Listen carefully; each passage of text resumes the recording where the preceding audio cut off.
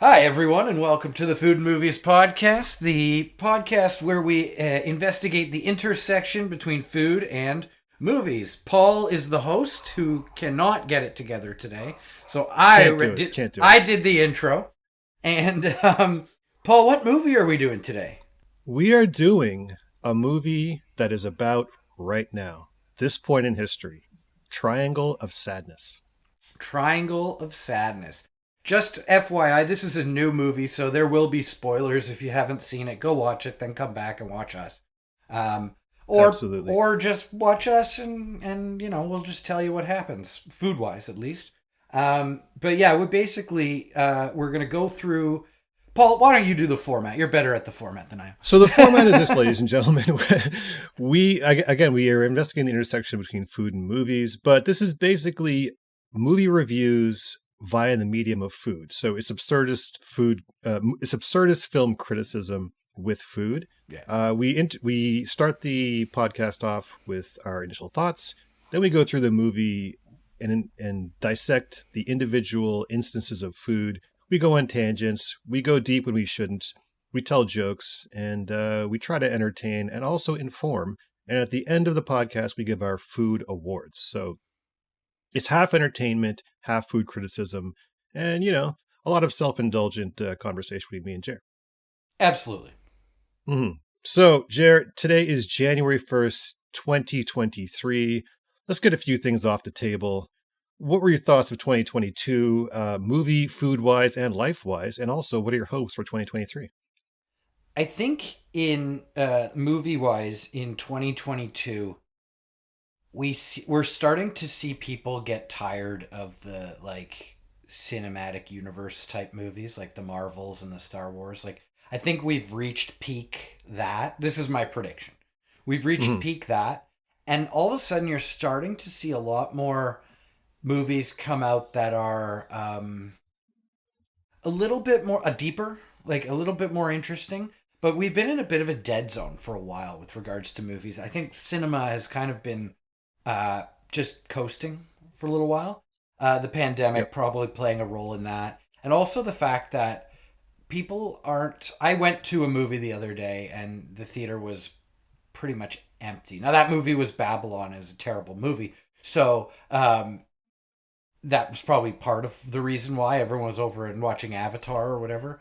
But I was over watching Avatar. Yeah, I kind of regret not watching Avatar, even though I'm like... I could take or leave Avatar. I think it would have been a much more fulfilling 3 hours than Babylon.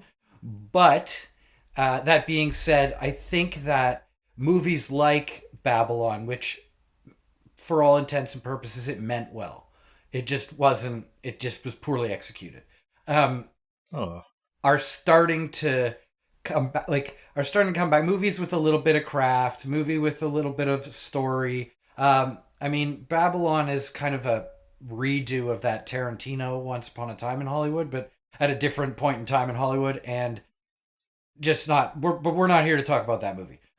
No. So 2023, my hopes film-wise are that we're going to start to see a lot more movies like the movie we're talking about today. Movies that have a bit of substance, a bit of story, that maybe make it a statement, that make you think, but also can have, be funny or interesting or have some good action. Like it for all what it was, Maverick was, a popcorn flick, but it had good action. Like, yes, it did. We've lost that somewhere. Maverick is a great example of what 2022 has started to do for movies, and what I'm hoping for 2023. We lost a lot of movie magic, and I think now there are things that are like slowly trying to bring that back. Food wise, 2022, I would say was okay. I didn't travel much, so I didn't go to many like interesting restaurants around the world or anything. But it was fine food wise. How about you? Well, what was your? Well, let me ask you this: favorite movie of 2022, favorite food experience or dish of 2022. Okay. Think about that for a second. Yeah, that's the thing. Favorite movie of 2022. I gotta say Maverick. Yeah, I was literally about to say that. Yeah, I think Maverick was my favorite movie that I saw in 2022. Food wise, I was in California and I went to a restaurant. The name escapes me now. I'm put on the spot. But I went to a restaurant downtown. It was pretty good, and they did a nice tasting menu. So I thought, yeah, that would probably be it. The meal that stood out, they did a scallop with some sort of caviar shenanigans going on, which I thought was quite good. Oh, I love caviar and shenanigans. Yeah. You put those two things together. Always an overpriced good time. Yeah, I've never had caviar. What does it taste like? Is it savory? What are we talking about? It's salty. It's briny. Like it tastes like the ocean. Okay. Have you ever had? Do you eat sushi? I do. Yeah, you know the little orange. The roe? Yeah. Yeah, that's caviar. It's Okay. like that. It's like that, but it's a lot. The black caviar, like the sturgeon caviar, is a lot more. Yeah, it comes in like the shoe polish container. Yeah, that's like like $100 for like a shoe polish container. Yeah. It's absurd, but yeah, it tastes like that, like salmon roe, but it's a little bit more like salty, a little bit more pronounced. It's rich. It can be almost, people describe it as buttery. I like buttery. Yeah, it's good if you like it. It's good. What about sea urchin? Have you had sea urchin? Yeah, the sushi, like the yellow thing. Yeah. I've had it. Yeah, that's Okay. I came around to that more recently. I used to just be like, I don't care, but it's pretty good. What about you? 2022. Best food moment of 2022. I think it's got to be, man, I've been eating a lot of my mom's Indian food, and just because I've been away for a while. I've been away. I've been in Toronto for like 14 years, so I've been away from my mom's cooking for a long time. And when I was a kid, I was a picky eater, so I didn't eat her cooking a lot. I used to eat like cheese sandwiches and stuff. But I've been having a great time eating her food. Like, it's so delicious, and it's vegetarian for the most part. Yeah. And I mean, she makes this eggplant dish called bangin bartha. That's the actual name. It's bangin bartha. It's like, that's a translation. Bang and Bertha? Yeah, bartha. All right. Yeah, Bertha. but it's eggplant, and it looks not very appetizing. Like, it looks not great. But then you eat it, and it's complex. It's sweet. It's savory. It's spicy, and it's got that great buttery texture to it. But it's one of those things where you look at it and you're like, I don't want to eat that. That looks not good, you know? Yeah. But then you eat it and you're like, whoa, this is fantastic. So yeah, I would say my mom's eggplant would be one. Okay. And my own, on a personal level, I made a YouTube video where I made an egg salad sandwich out of David Fincher's career. Yeah. Cinnamon sandwiches. Head Cinnamon over there. sandwiches, Watch it now. YouTube the Fincher channel. egg salad is classic. I ate that thing for 2 weeks straight for lunch. You kept making it. I kept making it. Yeah. That's a lot of mayonnaise. Yeah, it was tremendous. I loved it. I probably raised my LDL by a couple points that week. But sometimes you just got to do that, man. Yeah, for the sake of sandwiches and cinema. Yeah, absolutely. Anyway, 2022, I think you're right about, well, I have this theory about filmmaking and just life in general, in that, every year, every generation, things get better, people get smarter, the generation gets more sophisticated. And I think in filmmaking, the same thing kind of happens. And I think that a seminal one was Inception, Chris Nolan's Inception. Okay. And it's a good barometer of what audiences will tolerate as far as complexity. So when Inception came out, I thought to myself, this is the most complex you can make a mainstream movie while still not alienating an audience. Right. A mainstream audience. Like, this is the most complex you could possibly get. So I created a Nolan scale, and Inception was like 100 Nolans. All anything right. more than that, and the audience starts getting confused, and it's not the movie experience will fall apart. And I think that Tenet was 120 Nolans. Yeah, it went too far. Yeah. But also, I used a Nolan scale to rate other movies as far as complexity goes. Okay. Yeah, and the way the Nolan scale works is that when Inception came out, it was 100 Nolans complexity, but then everyone watches it and everyone gets smarter having watched it. Because now we know, we can do that. And now everyone, especially in the industry, everyone sees it and like, oh, okay. So it raises everyone's game, makes everyone smarter. The audience gets smarter. The people making the movies get smarter. So movies after that get more complex, and we're able to tolerate more complexity and in the theater going experience. And so I think what you're saying is right. I think when you watch older movies, mainstream movies, they kind of look dumb. The plots are pretty simple, you know. And so now I think we're getting to what you're talking about. Where the audience is evolving to the point where you can't really make just paint by numbers movies anymore. Right. They're just too simple, you know. Yep. Which is where this movie comes in, Triangle of Sadness. Very complex, very layered movie. I thought, Yeah. But timely, all those things. very simple storyline. Yeah. Like the Yeah. storyline is a very basic storyline, and it builds. So it's No, but there's so much in it, though. yeah. Oh yeah, yeah. But that's what I liked about it. So if we're gonna do the general thoughts on, are you good with so favorite movie? Yep. Let's go ahead. Yeah, we can move into general thoughts about Triangle of Sadness. Okay. But what was your favorite movie? Did you say or Maverick? We're both saying Maverick. I gotta go Maverick.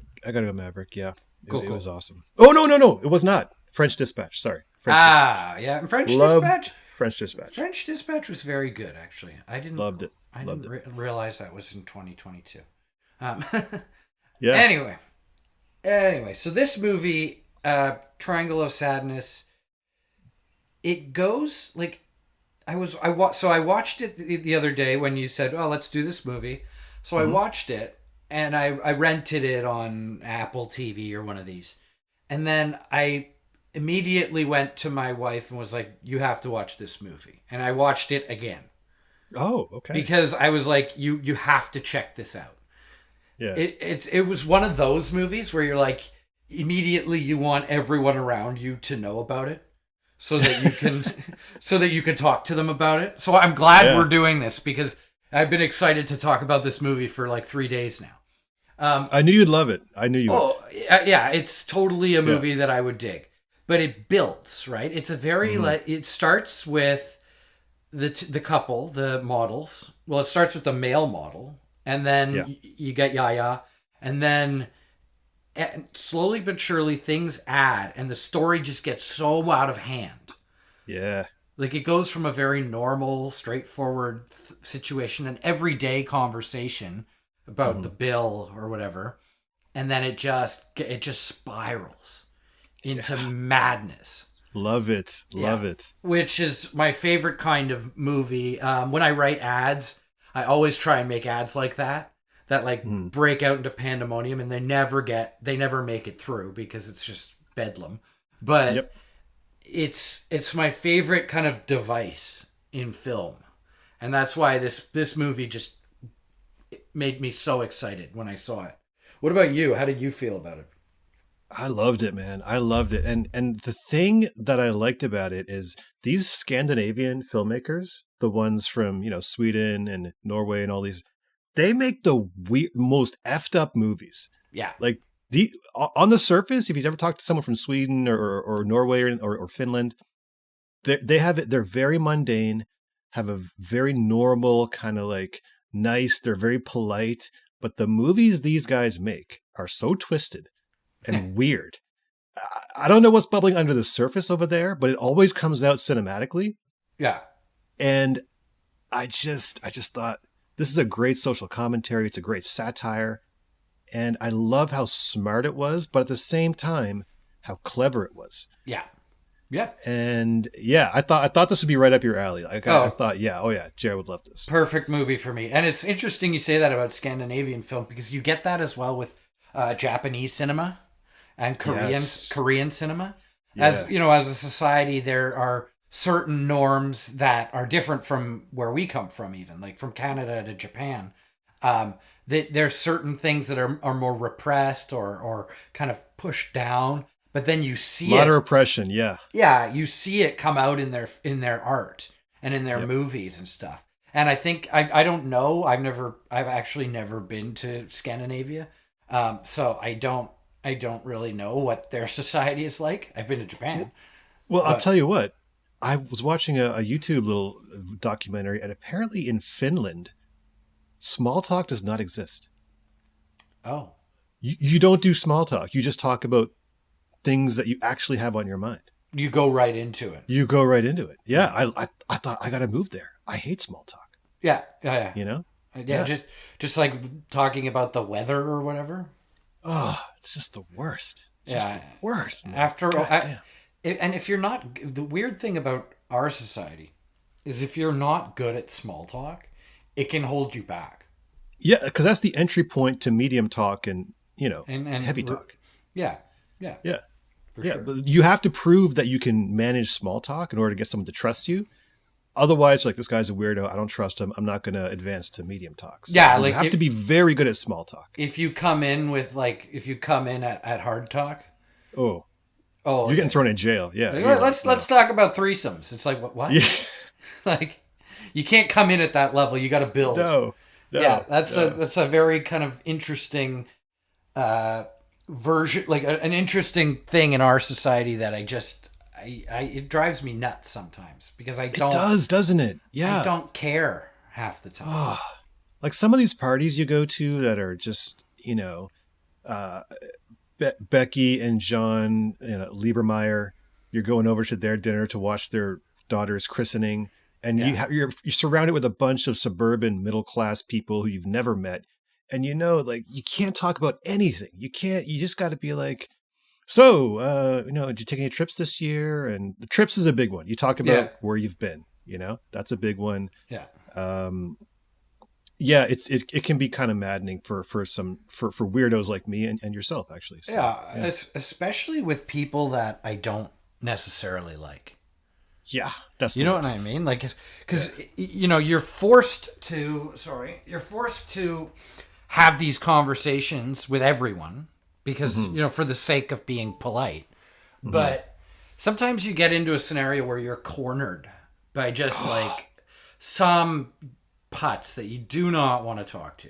And in any other scenario, you would just avoid talking to said person. Yeah. But you are stuck. And no one's throwing you a lifeline because everyone else hates that person. And they're just invited for some arbitrary reason. And you're the one who's like, that person knows your weakness. Like, my weakness in that scenario is I'm too nice to be like, can you please leave me alone? You can't do that. I can't do that either. No, I'm too nice. So I will sit and be like, oh yeah, Dalmatians are it's a very like inbred dog. Yeah.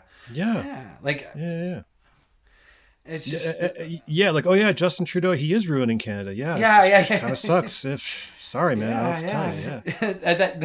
That's getting into like medium talk is when they start in on Trudeau or like, and it's just like, okay, yeah, all right.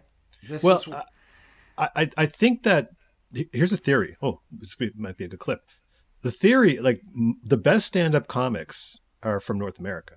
You know what I mean? Yeah. And I think that's true because we spend so much time with the BS small talk. Yeah. That the things we really want to say, the funny truths we really want to say, we can't really say a lot of the time. So the stand-up comedians, they make their money by mining those things we can't say. Right. Which is why I think, because there's no stand-up comedians from Sweden, from Finland, these places which have no small talk. I don't. Maybe there are. I don't know. But... There are not. Okay. Yeah.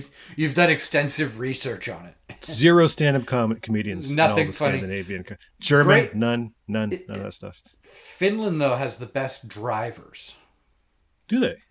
Yeah. To get your license in Finland, it's. Like I thought Italy had the best. I thought they had the best race car driver. Oh, regular drivers, not race car. Well, race car too. Like some of the best Formula One drivers have come out of Finland, I believe. Yeah. And to get your license in Finland, it's like, it's not normal. Like you have to know how to drive on snow and like skid and they have all these like extra things that you got to do before you can drive. And so they're just the best drivers. Oh, dude, that would be a hilarious short film of like driving school in Finland. Yeah, just a couple of really calm, boring people, but they're like skidding all over the road, Yeah. And peel out of the parking lot here, please. And donut over there, please. 360 and land in the spot. Yes, it's 2 wheels up on 2 wheels around the turn if you can. Yes, thank you. Okay. Finish driving school. Yeah. So Interesting to note about Scandinavia and Scandinavian film. Yeah.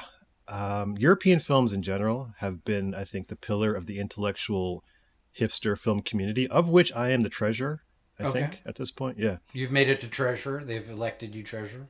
Yeah. They trust you with the money. Absolutely. Absolutely. Nice. Well, I mean, you know, your people know about that. Everyone. Whoa. You guys. Whoa. Sorry. Too much. Easy. Okay. All right. Hey, we're getting there. The brown dudes are getting there, man. Hey. I think half the CEOs on the NASDAQ are Indian guys now. So we're giving y'all a run for your money as far as these white people trusting us. So yeah, we're getting there. We're getting there. But Triangle of Sadness, yeah, just such biting satire, such incredible, just bold filmmaking, I thought. And I think that now that we're getting to a point where the tools of filmmaking are so affordable, right, we're going to see films that we're going to see a lot of crap, which are going to be filtered out, which they should be. But we're also going to get these really unique voices coming up that are going to be extremely smart and extremely innovative, which I'm all for, man. I want to see it. This guy, I was about to watch his other film today, but I ran out of time. But I can't wait to watch his other films. I mean, this is the real deal here. Yeah, for sure. It's like it's everything you want in a dark comedy. Yeah, like it's everything. It was almost orchestrated. Yes. Yeah. It's and that's. But it doesn't feel orchestrated. It feels organic, but it you could tell there was a lot of like careful, deliberate moves, but they do it without too much exposition. They do it without, like we were talking about Burnt a long time ago, which is like all exposition. Just the worst. The worst. They let the story happen through the dialogue and through the actions of the characters, as opposed to telling me. They show me, and exactly. I appreciate that. It's the first half of I think the entire movie is about subtext. Yeah, every scene is not about what they're saying; it's about what they're not saying. Right. Right. Like we'll get into it. Actually, we can actually let's just dive in. Let's dive right in. Yeah. All right. So that was our initial thoughts, and now we will go through the movie and examine it based on the food in it, starting at minute 11. Awesome scene. The restaurant scene. Yeah. Who pays the bill? Yeah. One of the most uncomfortable scenes I've ever had to watch. Yeah. Also amazing. Yeah. What were your thoughts on the restaurant? What would you have done in that situation where there's this weird unspoken thing between the two of them as far as the bill goes? Like who makes more money, who doesn't make more money? Who gets to pay the bill? Who's there's like this weird game between the two of them. Yeah, I mean, paying the bill is like this is like a great example of them showing, not telling. Yeah. Like they could have easily just come out and said, yeah, paying the bill is a really, awkward moment in society for everyone. Yeah. So like I grew up the way I grew up, and I don't know if this is a Jewish thing or not, but my dad and other dads, like if we were out with family friends or out with his brother or a relative, there was always a battle to pay the bill. Like a wrestling match almost. Yeah, and they would do these underhanded tricks where my dad would get up to go to the bathroom and like prepay the bill. Yeah. And I've done that. And I do it now too, and my friends are like, "Why are you such a dick?" Like, yeah, why do you do this? Horrible. It's horrible. But there's two things. I find when the bill comes to the table, it's always very awkward. Extremely awkward. And when I get anxiety during the meal about it. Yeah. It makes me so anxious. And when people are like, "Oh, we'll split it." And now I have to sit and be like, "Well, you had 3 glasses of Chardonnay and, 2 champagne. So break out your calculator," which you just look like a complete putz. Kill me now. For me, it's like it's easier just to take the financial hit than to live in that moment for any amount of time. So I will pay any amount of money to avoid that awkwardness. To just get out of that moment, because I hate that moment. I have friends. Just be like, you get the next one. You get the next one. Yeah. And she says it a few times. It all evens out in the end, which it never does.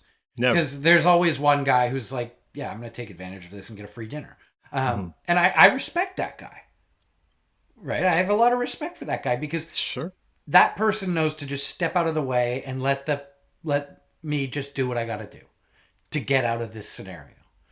Right? It's an escape. It's a virtual escape room. Like it's an imaginary escape room, I think. Yeah. Like we need to get out of this weird social transaction as quickly and as cleanly as possible so that we can go home and cry into our pillows. You know? Yeah. It's not the fun part of the meal. It's the worst part of the meal. It's the worst part of life for the most part. Yeah, it's not a good part of the meal. And then add in the dynamic of a couple. Now, my wife and I don't hot couple too. Very hot couple. My wife and I, we're married, so if I pay for it or she pays for it, it's still our money, so it doesn't matter anymore. But when we were dating early on, I paid. Yeah.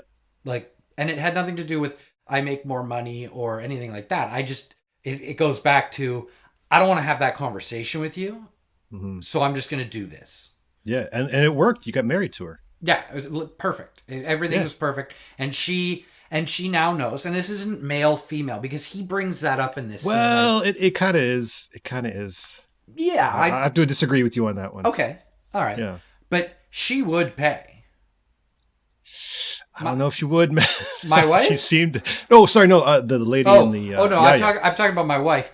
Between my wife and I, it was never male female. It was. It was always just like, I hate this. Let me get out of this mess. Like that's always why I do it. I didn't do it because it's like, oh, I'm the man. So, blah, blah, blah. But in this, it's very. But I don't believe. So I do disagree. I believe he brings up the male female thing because he's cheap. I think they're kind of young, and I do believe it's one of those deals where you're at that stage in life where you're kind of questioning moral and societal values and norms. Yeah. I feel like an older dude be like, I got it.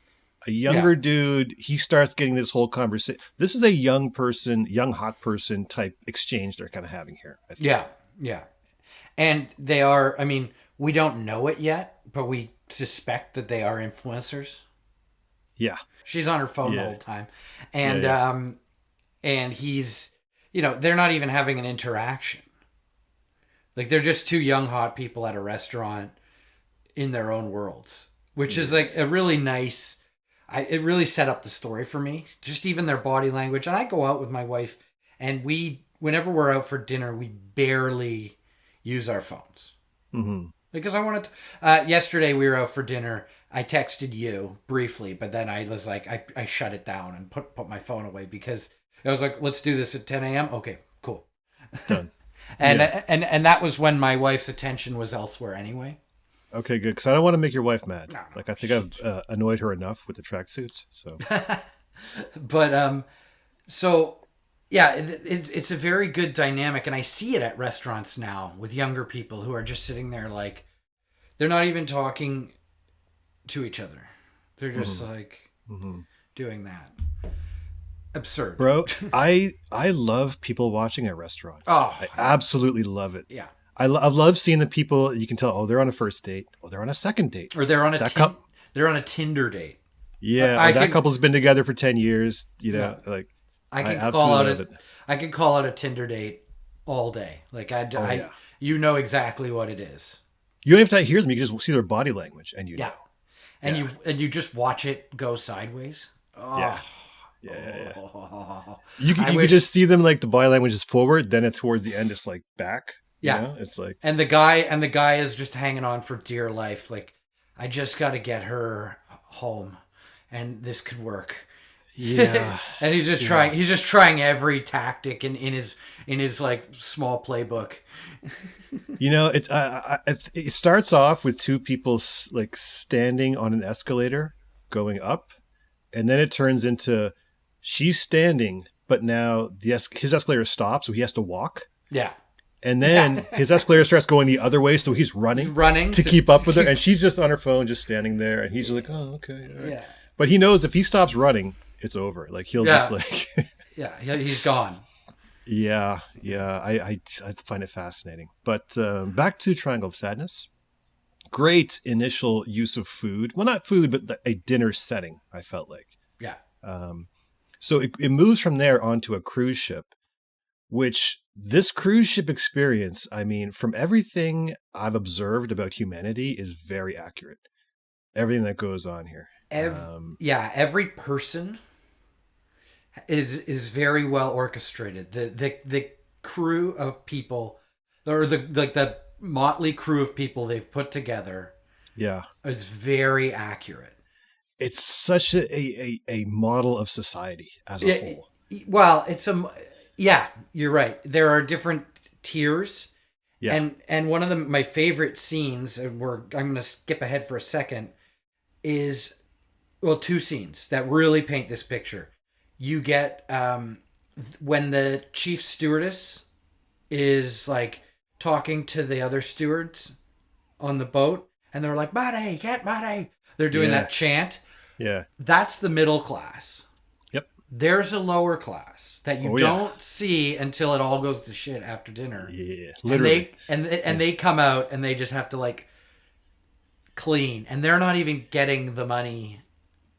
They're not even acknowledged by anyone. Yeah. They are the bottom rung.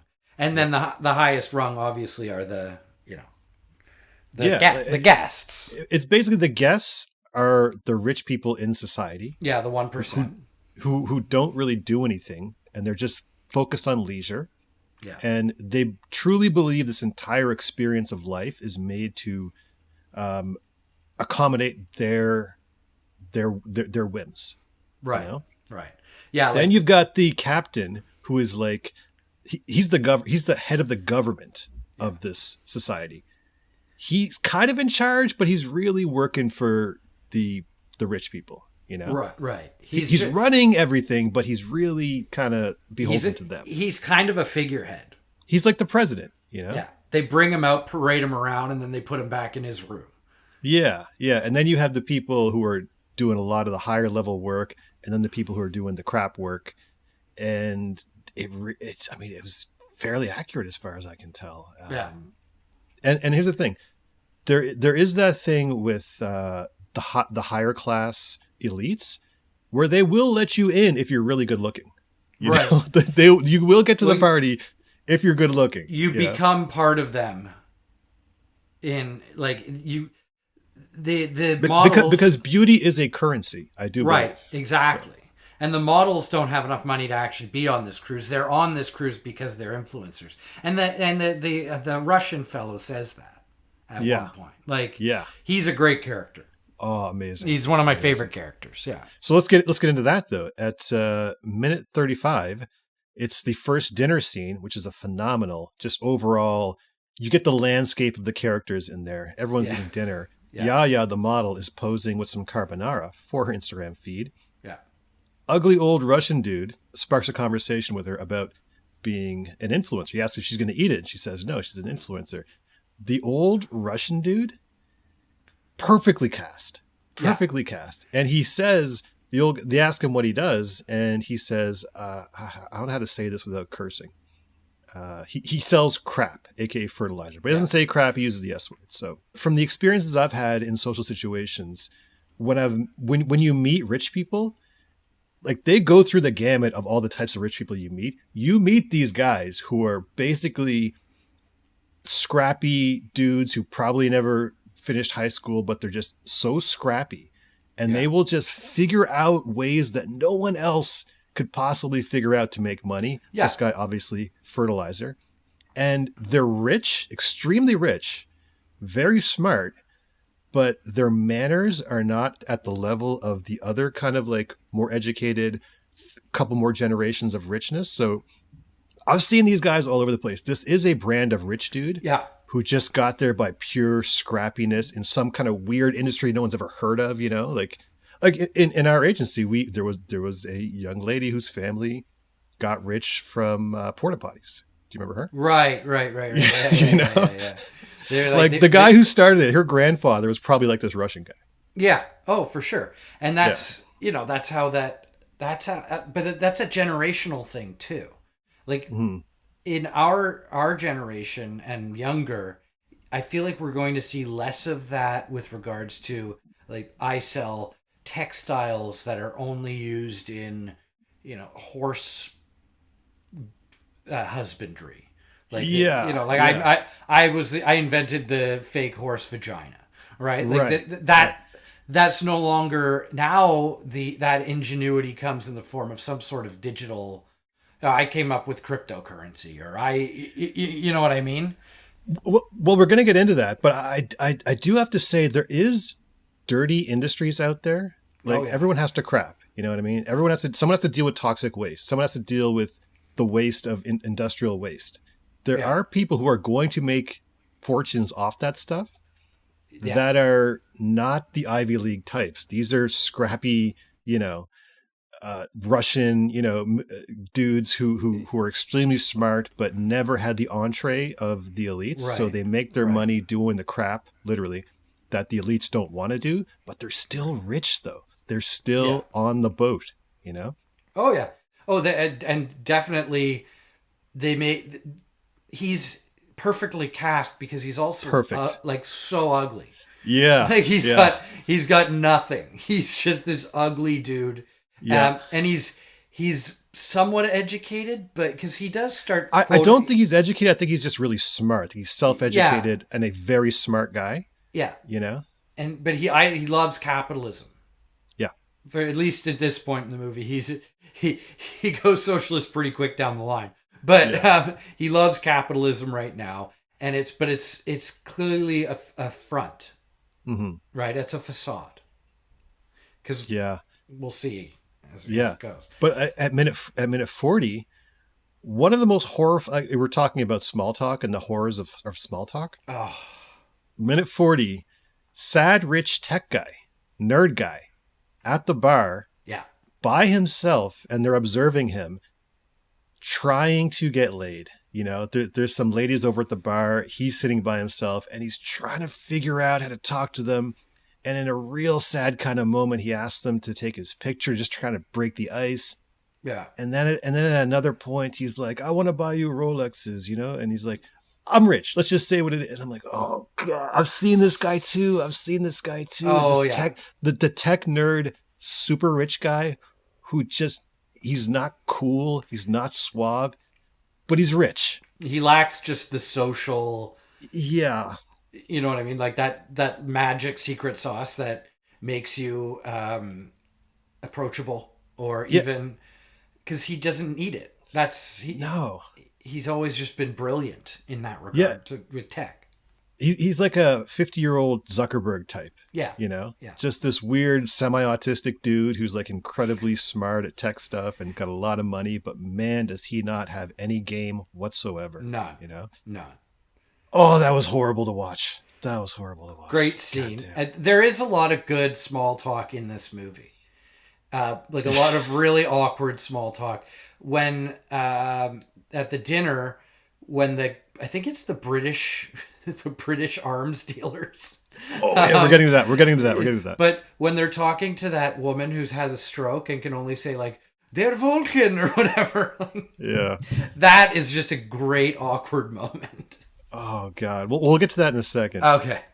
But all these conversations happening over dinner, and I mean, I've been in these conversations. I've talked to these people, and it's so accurate, the depictions. And he apparently did a lot of research, and he talked to a lot of people. The different kinds of rich people, the accuracy is incredible. Yeah. So 1 hour in, the captain's dinner. I think this is probably your favorite entire like set piece of the entire movie.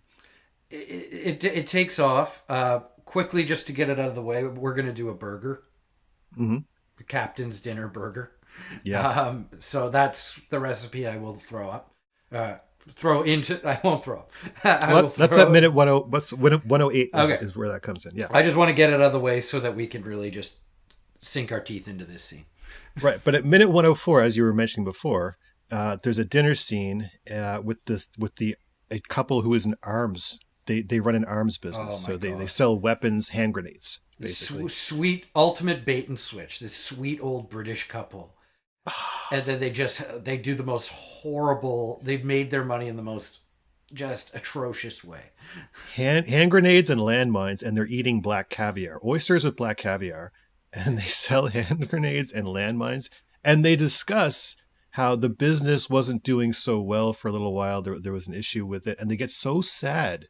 Yeah. Like they're so removed that, and they're so rich that when the business kind of dips a little bit, even though their business is literally killing people, they get kind of like they feel like they're hurt by it. The business Right. going down. Yeah, we didn't make as many tens of millions as we usually do.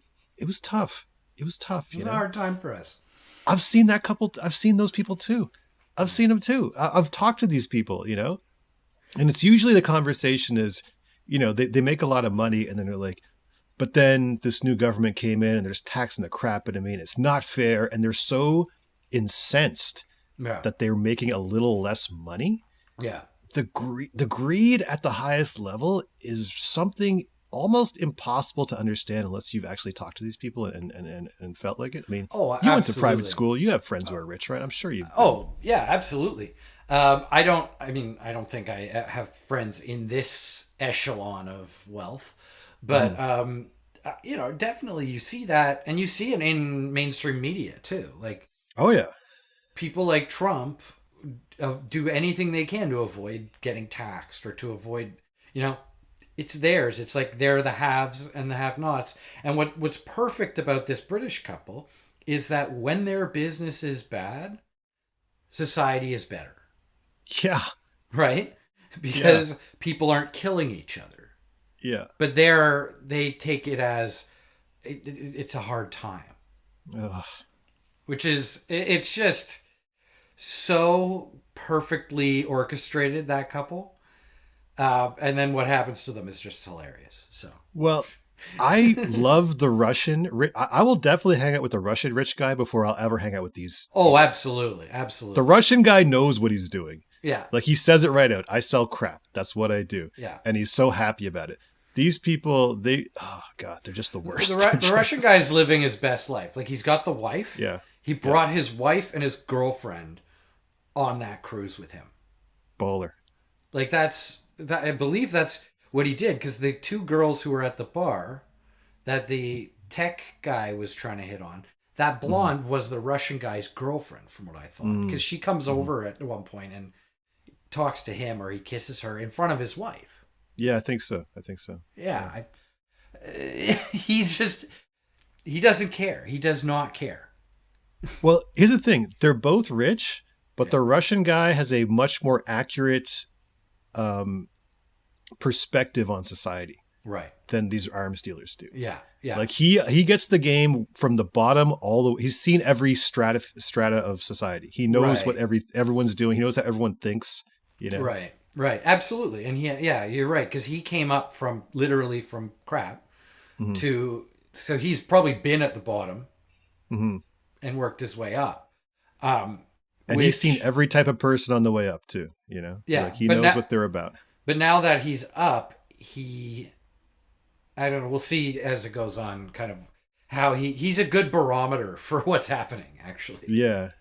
So at minute 106, this is more of the food porn parts of the film. Yeah. So I want to get your opinion about this. They're serving out the dinner. So at one point, they serve sea urchin with an emulsion of seaweed. On top, you've got black truffle, caviar, chili oil, and a drizzle of yuzu vinaigrette. What are your thoughts on that meal? Do you have any thoughts about that? I mean, it sounds so. The food in this dinner, this captain's dinner, is specifically designed because it all goes to hell, and they all start throwing up. It's specifically designed to make you, the viewer, feel sick about what you're watching. Right? It's heavy seafood. It's rich sea urchin with spicy chili oil. To me, yuzu, it sounds like a typical Michelin star type dish, right? And it's probably, if we sat and actually made it, I'm sure it would be very well balanced. Probably expensive as crap to make and probably very technical. But it sounds well balanced. I mean, yuzu has that kind of like sweet tart texture taste. And then the sea urchin has that buttery, and the the caviar or whatever else was in, and the chili. Black truffle caviar. Black truffle caviar. Sorry, black truffle caviar, chili oil. Yeah. Drizzle of yuzu vinaigrette. So there's the emulsion of seaweed. The umami from the truffle and it sounds like a very interesting dish that probably was put together by somebody who knows what they're doing. But it also, they knew what they were doing in serving it, because as we're about to see, it's going to get thrown up everywhere. And so it makes that scene so much more disgusting. Right. And I wanted to ask you about 107. There was the British couple you mentioned. I wasn't sure what he was eating like a red snapper. Yeah. And she had some kind of like clear gelatin blob. Did you know what that was? I had no idea what even that he was. I think they called out that he was eating the red snapper. Mm-hmm. I had no idea what she was eating. I tried to look in, like I paused it to try and see, but it looked like some sort of seafood gelatin thing, like, which also pretty gross. Yeah. I don't know. Okay, well, this is the scene you were mentioning before, the captain's table at 108. He gets a hamburger and fries, and the rich tech guy is next to him, who gets grilled and smoked octopus, along with caramelized onions on top, beautiful garden flowers, and the captain awkwardly says, "I'm not a fan of fine dining." He says, and the tech dude is looking at him like, just like grossed out by like, how, you peasant, what are you eating? And the captain actually says, "Are you okay?" And the tech dude just kind of shakes his head.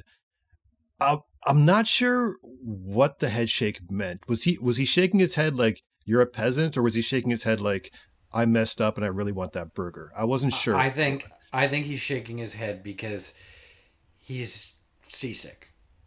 Oh, okay. Like, I think it's starting to build already, and you can see it in the way the camera work was done. Even my wife, when she watched it, she's like, "I have to stop watching this. I'm getting seasick."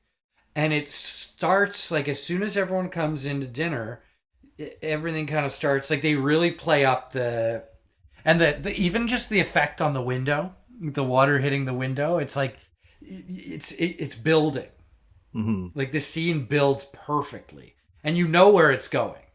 You know exactly where it's going until it goes further than where you think it's going. And I love that the captain, the juxtaposition of the captain's meal with the tech guy's meal is a very clear symbol of their personal politics towards economics. Yeah, the captain is a working class guy. Yeah. Burgers are delicious. Fries are delicious. I'm going to eat this. The tech guy, he's on vacation and he is compelled or feels it necessary to eat something really bougie. Yep. And the captain shows he does not feel any need to conform or make this man feel comfortable by eating something similar. Yeah. He is very steadfast in his philosophies of economics. Yeah. Yeah. And that becomes very self-evident as he gets more and more drunk, but also he's a sea captain. Yeah. So any of the turbulence that they're experiencing, he doesn't care about. No. Right? Because he's seen it before. And also the people that work on the boat all seem to be handling it well. So only high society is affected by these rough waters. Yeah, yeah. And I do think the burger is his way of saying F you to everybody. Yeah. Like, yes, I have to be here at this dinner. Yes, I have to make awful small talk with you. But you know what? I'm having a burger. F all of you. Yeah. And he wears that kind of energy about him. He has FU energy. You can tell he really despises these people and the fact that he has to commingle with them. He's also a very big alcoholic, right? Like I think that's a reflection of where his life has taken him. Yeah, of just like he's basically a dancing monkey for these rich people. Yeah, right? And he knows it, and he's really having a hard time spiritually with it, which is where the alcohol comes in. Yeah. Absolutely. And I like it how his second in command is basically running the show. Yeah. That guy's awesome. Yeah. So is your burger going to be the captain's FU burger? Yeah, let's call it the captain's FU burger. All right. So as you mentioned, everyone who's rich gets sick. They're all puking all over the place. And so one of the head I guess concierge starts handing out ginger candies Yeah. for sickness. Captain walks out. Everyone else is just like hunched over. Captain walks out, just like swaggers out, just like, whatever. I've done this before. Let these people puke. I don't really care. So that was interesting. But the only one left who is not puking their guts out is the crap seller, Russian guy, who stays in the dining room with the captain, and they engage in a competition of quotes. And the captain is quoting things from Karl Marx and things from socialist economics, and the crap-selling Russian is quoting things benefiting capitalism. So you see the standoff between these two men and their philosophies on economics. Just as the world around them is completely falling apart. yeah, they couldn't care less. They're just like, but it was an interesting engagement as far as demonstrating the different views on how different people view economics, I think. Yeah. Okay. What is the purpose of the German lady with the stroke? With the stroke? Didn't she choke on something? She's in the whole picture, and they explain to her like she has a stroke, and so she only says like "Wie in der Wolken" or whatever, like in the clouds, is what she says in German. Right, I didn't. And the British people like, oh, that's lovely. Like it was just that weird small talk. But I don't really know what her, other than to provide some really dark comic relief throughout the movie. I don't really know what her purpose is. I loved her. It's one of my favorite characters, but I no idea what her. I don't know, man. I don't know. She's completely just along for the ride in this movie. Yeah, I guess so. It possibly could be the fact that, she's a rich person, but she's really useless. Yeah, she's completely useless. So in this society, usefulness doesn't really matter as long as you have money, I guess. Yeah, maybe. Yeah. Well, and then the guy who I still don't know if he is one of the pirates, because the boat gets pirated, right? Mm-hmm. The pirates come on, and that's the great scene with the British couple. They're like, oh, that's one of our grenades. And boom, which was great. But the one guy, he either worked in the engine room, but the Russian guy keeps accusing him of being a pirate because he's black. Oh, right. That's right. Yeah. So I don't know where he fits into the mix, but all of a sudden they're all like, any of the societal hierarchy is gone. Gone, completely gone in one fell swoop. Obliterated. And the chief stew, she's attempting to keep the order. Yeah. But it's not happening. It's not happening. So we went from on the boat, we went from a society where the most useless people are at the highest. Right. Are at the most they're at the top of society. Right. And the people who are actually doing things, the most useful things, the most necessary things, are at the lowest part of society. Right. And so then you get to the island, and all of a sudden the board has been reset. Like, it's the Monopoly board has now been reset. Yeah. So we're starting from scratch here, and at 1:38 there's an octopus dinner, which the octopus is caught by the lady who was in charge of the toilets. I didn't even notice her before. So she's in the scene where they're all cleaning up the puke and crap in the dining room, and there's the player piano still going, and she turns off the piano. She's in that scene, but she's kind of like, honestly, they did that so well that the lowest caste in society is almost like never seen nor heard. I never even knew she was there. Yeah. They make the world go around. They make that little floating world go around. Yeah. Literally cleaning up the poop. But they're just they're part of the furniture. Right? Right. And now, so now when they're on the island, sorry, go ahead, Jerry. No, go. When they're on the island, this is when the food becomes extremely important. This turns into a food movie at this point. It's a currency. Yeah. It is a currency. So they have no food, and the only person who can acquire food, this is the woman who was in charge of the toilets. Right. She grabs an octopus, and then is able to make a fire and cook the octopus.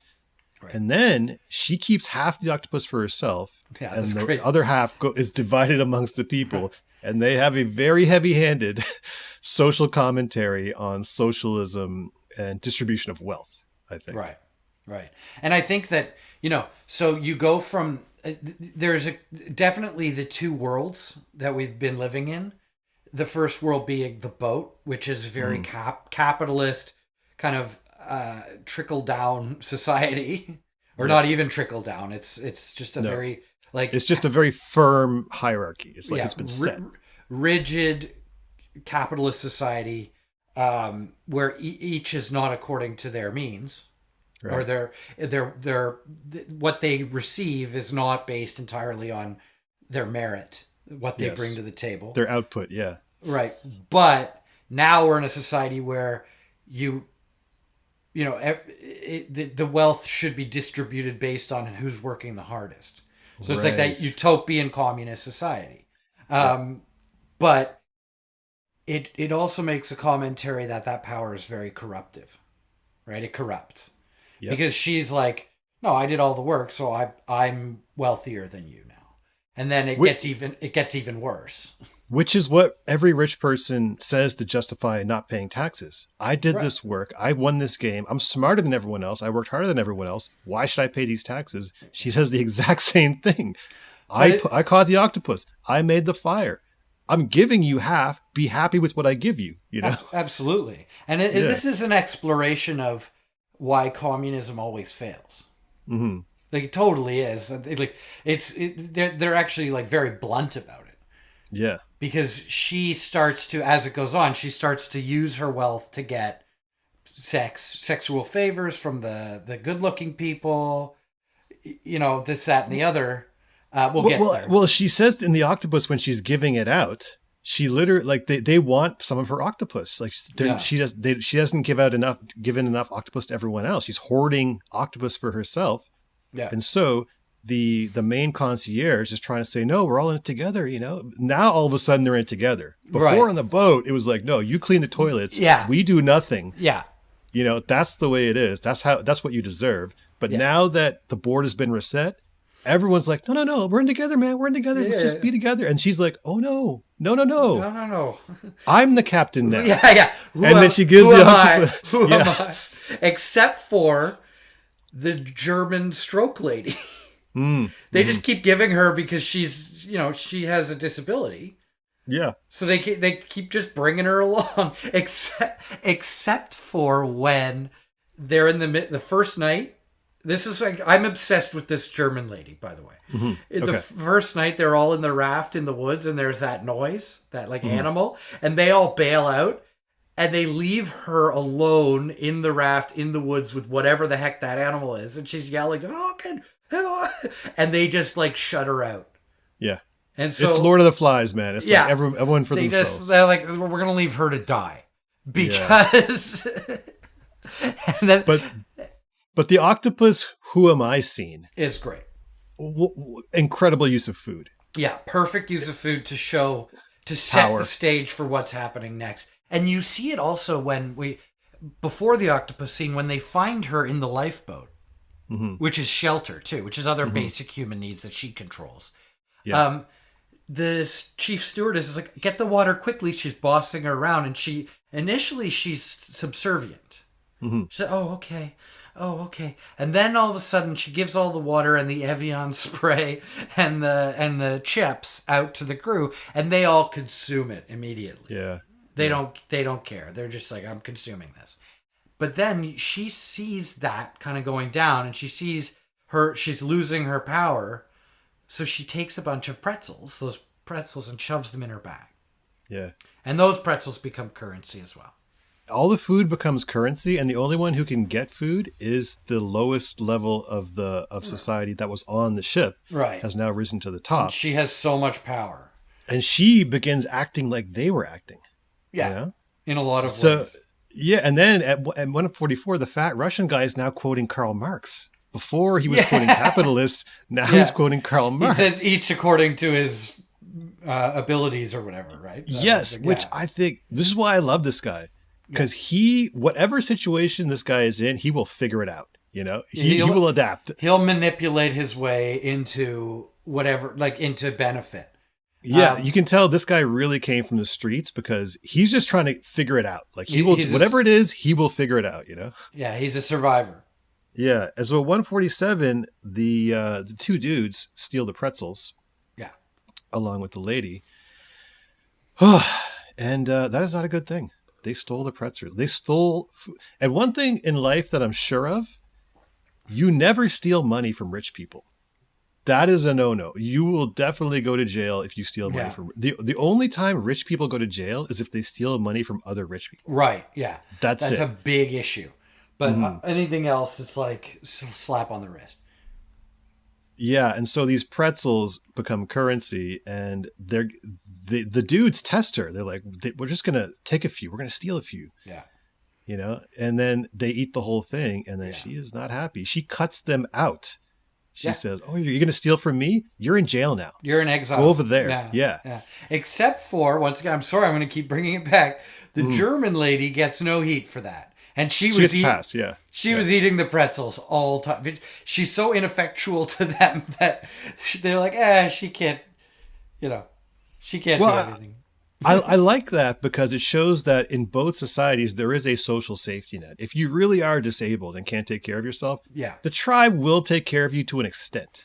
Yeah. You know, they're not going to endanger themselves if there's a beast. Yeah. We'll feed you. We'll, we'll keep you alive, even though you're kind of dead weight. Which I'm not saying that about disabled people. I'm just saying she was dead weight. Like she was literally like she had to be carted around in the raft, and even down the line, like she has a chance to end this and she can't. Exactly. Oh, the food in the second half of this movie is the use of it is just incredible use of food. Perfect, because it's it's a basic need now. And as we mentioned before, in both societies, on the boat and on the island, attractiveness gets you entree into the upper echelon. Yeah, it moves you ahead because now she likes the model. Yeah. And he starts liking her because she's providing resources. Yeah. He starts tricking himself into being like, no, I like this lady. She treats me well. He kind of falls in love, doesn't he? Yeah. And he's like, let's just tell everyone. Like, he's cool with it. Like, no, I do like you, actually. Yeah. So. And it's a great scene when they're having that conversation because as food is currency, she has an Evian spray bottle, and she's so rich at this point. She's so in command and so rich that she sprays some in her mouth, sprays some in his mouth, and then sprays it on them before they have sex. So that's basically like me rubbing money on myself. I know. It's like I'm going to spray you with Cristal, and then I'm going to lick it off you. Yeah. Oh, it was so cleverly done. The reverse, the switch in society is how they did this. And I didn't see it coming either. I don't think they mentioned it in the trailer. So no. And then the lifeboat, the shelter in the lifeboat, that becomes the mansion. That becomes the castle. Yeah. The queen is in the castle. Yeah. She decides who comes in there. Everyone else, you stay outside. Yeah. You manage the fire. Yeah. You manage the fire. That's what you're there for. Yeah. And at 153. The ladies, she's caught some fish, and then the crap seller is like, hey, ladies, you need some help? And the model, Yaya, says, yeah, sure, get some Nutella. Yeah. They forget that early on, they brought Nutella on the boat specifically for him. Yeah. So now he's being mocked for his love of Nutella. Yeah. And he basically realizes that, and he, a few times, he loses his power of, like, currency. Like, him and the tech guy, at one point, we're like, we're very rich men. Yeah. When we get out of here, we can make your life very good. And she's like, I don't know if we're going to get out of here. Yep. That's not what's happening right now. Mm-hmm. And so they have their money is nothing. Yeah. It's great. Oh, and then at 157, we love bookending food scenes, don't we, Jer? Yes, we do. The scene with the hot couple, the Instagram model couple, arguing about the pretzels and who gets to eat them. Yeah. It's the exact same scene as the dinner scene before, but now it's with these crappy, stale pretzels, which they're hoarding like a couple of crack addicts. Yeah. And they're using the exact same language. Why should you get the pretzels? I did this work. I'm, whatever. What just a great little connecting scene there from the beginning to the end, I thought. Yeah, unbelievable. And then at 2:05, the donkey feast. The donkey killing scene Yeah. was unreal. Brutal. It's just like you feel the donkey's pain. Mm-hmm. Yeah. Mm-hmm. Mm-hmm. But it's the tech guy who does it, right? Yeah. And he's all of a sudden he's a big hero. He slayed the donkey and he's telling the story, and it's the most it was the most unmanly way to kill a donkey I've ever seen. Oh, and this is one of the most unmanly dudes out there. All he does is look at a screen and write code all day. Now he has to literally kill an animal to eat it. Yeah. Absolutely brutal. Yeah. And then eventually, spoilers, whatever, they realize that they're on a inhabited island with a resort. And Yaya, the supermodel, and I forget the lady's name, who's the queen, basically, of the island, who used to be in charge of the toilets.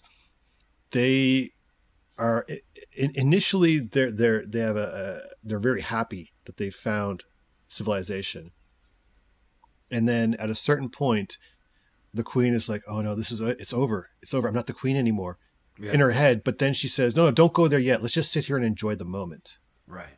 Which is a bookending scene to earlier, when one of the rich people basically forced one of the deckhands, very attractive deckhands, to get into a what do you call it, hot tub with her, and orders her to enjoy the moment. Right. And now she wants to enjoy the moment again. Yeah. Before they go back to their old lives. So a lot of nice little bookending scenes in this movie. A lot of rhyming in this movie. That rich lady, I think, was the Russian's wife. Okay. Because she washes up dead and he takes her rings off. Yeah. That Russian is ruthless, man. Yeah. He's like, but that's it, right? Like he will get ahead any way he can. That's a great, that was a great indicator of his character. Unbelievable. That you put that dude anywhere, he will figure it out. Yeah. Oh man.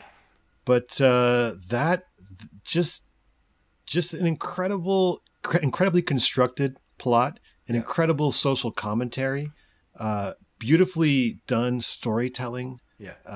So many things from the explaining the socioeconomic state of the world and all the repercussions of it. And just beautiful filmmaking, man. Beautiful filmmaking. Human nature when it comes to having and haves and have-nots. Holding on that last scene where she's enjoy the moment and then she goes, and they do that tight shot on her face with the rock and she's ready to kill this girl. And the girl's let's talk about that. Do you think she kills her? I don't think it matters. It does matter. I don't think it matters. Someone dies, man. I think that it doesn't. It's not germane to the story in any way, shape, and form of what happens to them. They're saved either way because the German lady met the sunglasses guy. Yeah, the Jamaican sunglasses guy. Yeah, and they've found the resort, and the British guy's running, so it's over, regardless of whether or not she kills Yaya or not. That's actually true. Yeah, it doesn't matter. It's over. Life is back to normal. Yeah, but she's that goes to Plato's allegory of the cave. Her world is this. Mm-hmm. She does not want it. She doesn't even want to see beyond it. No. Like the British couple, who their world is this wealth, and they choose not to. They put blinders on when it comes to even what they do. Yes. Their behavior. Right. Yeah. So there's a lot of that kind of mirror in the yacht versus the beach. Mm-hmm. Right. And you're right. It does show people really operate in separate worlds. Yeah. Basically, based on their socioeconomic level. Right. And so the queen, I forget, her name's Karen or something. I don't remember. Yeah. But she sees that elevator, which is interesting that it's an arbitrary elevator, to elevate you. Yeah. Back up to your social standing. Oh, that's very symbolic. Yeah. Yeah. It's I think it's deliberately symbolic. Yeah. But she sees that and she doesn't want to get in because she knows that that's actually not the case. She's going to go back to cleaning up poop. Well, yeah, exactly. And I do know psychologically that we are very psychologically tied to our status. Yes. So even though in general she was worse off being deserted, having to sleep outside in a fire and catch her own fire, even though she was worse off and she's better off now, where technically her life is better, it's easier. Yeah. She's down below. She's on the bottom now, Right. which makes her feel terrible. Right. So basically your happiness is kind of equivalent to not what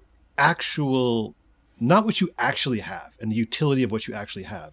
It's based on your level of the people around you. Yeah.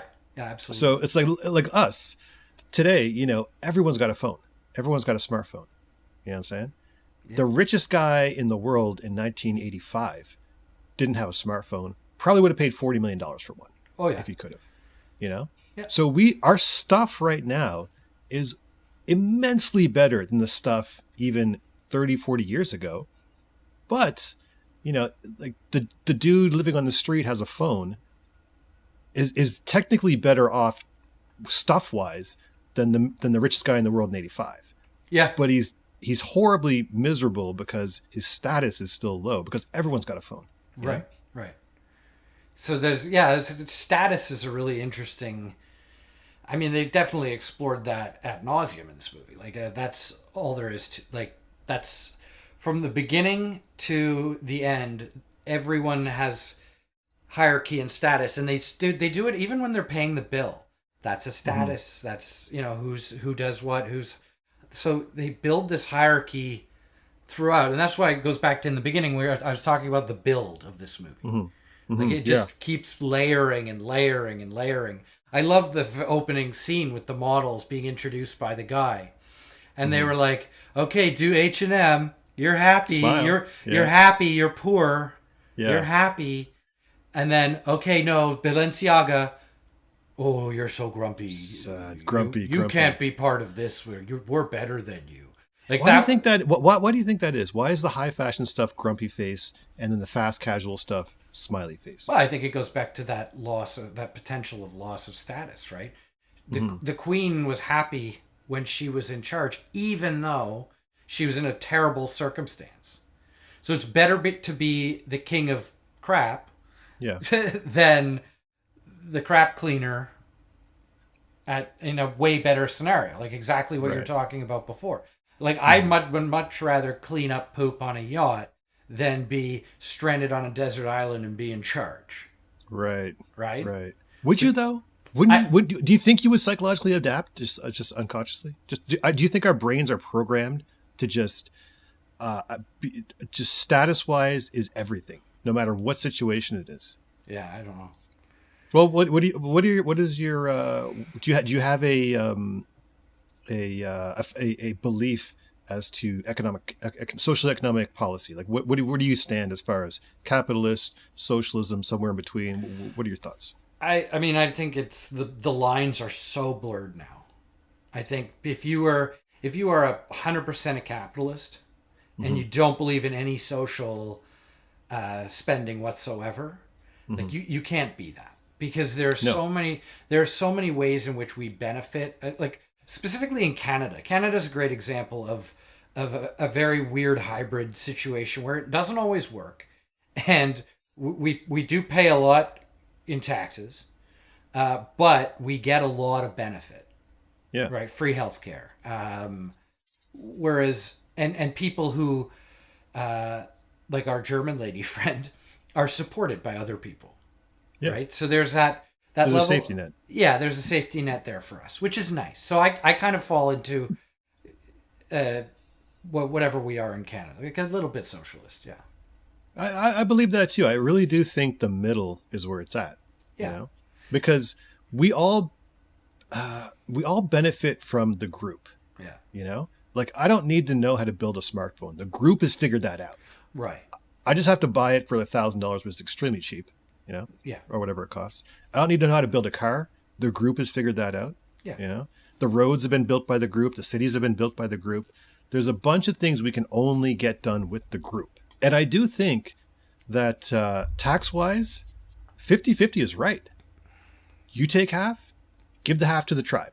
Yeah. I think that's probably why organically that the tax rate has kind of been around 50%, basically, Yeah. But the thing is that you see the wealthiest people, they hate taxes. They hate 50% of what they have is a lot more than 50% of what the poop cleaners have. Yeah. Yeah. Right? Yeah. He was fine. Oh, I just totally.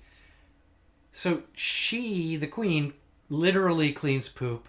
The Russian guy started there. Sells, yeah. And it says sells poop. Mm-hmm. Yeah. This movie, the more I think about it, the more weird connections I make. Yeah, you gotta watch it a couple times. Yeah. Yeah, which is a sign of a great movie. It's a sign of a great movie. If you can sit and actually in your mind play with it and figure out what they were trying to say for hours on end, it's a sign of a pretty good movie. Yeah, loved it. Should we get into the awards? Why not? Yeah. All right. Best use of food in this movie. It's got to be the octopus. It's got to be the octopus because it also looked good. The way she cooked it, she put some fruit, coconut or whatever in there. Yeah. It actually looked kind of good.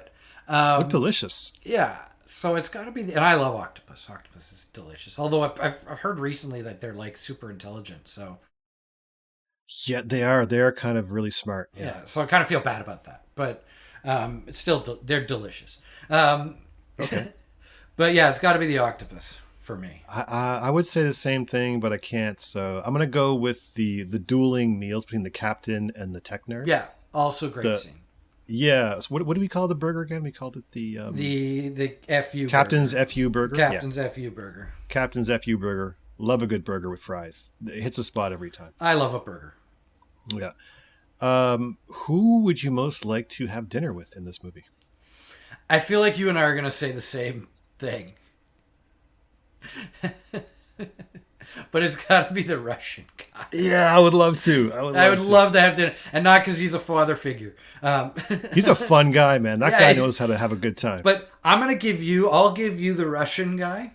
You can have dinner with him. I want to have dinner with the German De Vulcan lady, the In the Clouds lady. Really? I want to know. There's a scene with her and the pirate where they're playing backgammon on a rock. And he's having a conversation with her, and she's yes or or no. Okay. And he finds out something about her, would you... I don't know, I forget the conversation because it was very subtle. But she's not as she can only say the one phrase in the clouds, but she's not as I don't know, disabled's not the word, but she's not vacant. Right. She is intelligent, but verbally her verbal skills have deteriorated. She can't do it. Yeah. So there's something there, and I just I want to learn more about her. I think she was one of the most interesting characters in the whole thing because of how everyone else interacted with her. She had a great vibe about her. Yeah, and she was very funny. Mm-hmm. Great comedic timing, saying the same thing over and over again. Great actress too, who played that. Very tough to play. Yeah, great role. Yeah, communicates a lot with her energy and her physicality and her eyes. Oh, so funny. Yeah. So let's get the ratings out here. What do you rate this movie as a movie and as a food movie? Yeah, as a movie, it's a 5 for me. It's I hate giving out perfect scores, but I have trouble finding anything in this movie I didn't like. There was it was just 5 what's though? 5 what's though? 5 pieces of octopus. Okay. Just kind of it. There are movies where you watch and you're like, that was perfect. Yeah. There's nothing wrong with this movie. Yes, They even ended it at the right time. Yep. How about you as a movie? Movie. Oh, food movie though. Oh, what was your food movie? It's also a 5. Okay. 5 explosive diarrheas. It was explosive. I gotta go. I gotta agree with you. I think as a movie, 5 shoe polish tins of Russian caviar, and as a food movie, 5 sea urchins with an emulsion of seaweed on top. All around, I love smart people making smart, creative things. So Yeah, I think it's just it was a great from start to finish. I was enjoying myself and I was immersed. and also I love that it's perfect for this exact time in history. Yeah, You know, the date of this movie is very specific to when and how this movie is made and should be viewed. Like it's a little time capsule, I think, for future generations. there are very few movies that do that. That are just right for their time and place. Another one is Wag the Dog. You ever see Wag the Dog? Yeah, like the dog. That came out exactly around the Clinton scandal. It did, And it was perfect time and place. We should do that movie one time. I'm sure there's. We should. Oh, and as a series, the Rocky series. Yeah. Every one of those movies is specific to what movies were like at that time. Yeah. Like Rocky 3 is the 80s, 100%. Right. Like Rocky is like exactly 1970, whatever 3 it was. Yeah. You know, and then whenever the movie comes out is a reflection of how movies are at that exact moment. So Yeah. Rocky 4. Rocky 4. My least... That was like cynical 90s. He had to fight the guy in the street. No, that was 5. It was 5? That was, what was 5. 4? 4 was Dolph Lundgren. Oh, 4 was Dolph Lundgren. Was, yeah. 4 was like Cold... 3 was Mr. T. Yeah, 4 was Cold War. 4 was Cold War. You're right. The whole movie was a music video. Yeah. The whole thing. 3 was Clubber Lang, Mr. T. Clubber Lang, yep. 2 was Apollo Creed, the second fight. Rematch. Yep. And 1 was Apollo Creed, the first fight. So and then 5 was Tommy. 5 was Tommy Gunn. Morrison. Tommy who was Gunn, an actual boxer. Yeah. Who got arrested or something. No, he died of AIDS, actually. Or died of AIDS, yeah. Same difference. Tommy, it's funny because his wife and his girlfriend, he had a wife, but he would have mistresses. Yeah. And he would make sure his mistress would have the same name as his wife. So he wouldn't F up. You know? That's smart, very smart. Yeah. It's just messed up, but yeah. Just diabolical, yeah. And Rocky 5 is the closest to Rocky 1 in a lot of ways. Rocky 5 because he's fallen with Tommy Gunn. He's fallen from grace. And the girl from Rocky that he has the long talk with, the walk home, she's grown up in Rocky 5. Yeah. And it's But Tommy Gunn, it's the only one that doesn't end in a boxing match in a ring. Like they just have a street fight. Yeah. It's great. That was crazy. Yeah. We're just gonna fight in the street like a couple of animals. Yeah. God damn it. I have a soft spot for Rocky 5. Oh yeah, I have a soft spot for Rocky 6. Okay, any one of the modern ones I don't think I've seen, to be honest. Rocky 6, I believe, was called Rocky Balboa. Yeah, I don't think I've seen it. Pretty good. I don't think I've seen it. Yeah, and Creed is interesting because Creed 2 is a sequel to 2 movies. Yeah, it's a sequel to Creed and it's a sequel to Rocky 4. Yeah, and I don't like Rocky 4. You didn't like Dolph Lundgren? Everyone likes Rocky 4. I don't like Rocky 4. I don't think Rocky 4 is in the spirit of Rocky. No, he does kind of go off the deep end with the music video. It's an outlier. Like, it's totally an outlier. Like, it doesn't make sense to me. I kind of dig it. I like all the 80s music and the Cold War stuff. And I like the Russian training scenes. Those are great. That's some of the best scenes, you know? The juxtaposition of the scenes. Some of my favorite training scenes. Yeah. Not as good as punching a slab of meat in a butchery. Yeah. But pretty good. Yeah. Pretty good. Well, this has gone off the rails. It really has. Okay, so do you want to wrap it up, or you have any predictions for 2023 or anything like that? How do you want to end this thing? Just let's do it the way we always do it. I have no predictions. Well, that was the Food and Movies podcast for the amazing film Triangle of Sadness. We highly recommend it, and we will see you next time, where we're not sure what we're going to do next time, I believe. It will be surprising and delightful, as always. I'm your host, Paul. That's my friend, Jeremy, and we'll talk to you later. See you later. Good job, Jer. All right.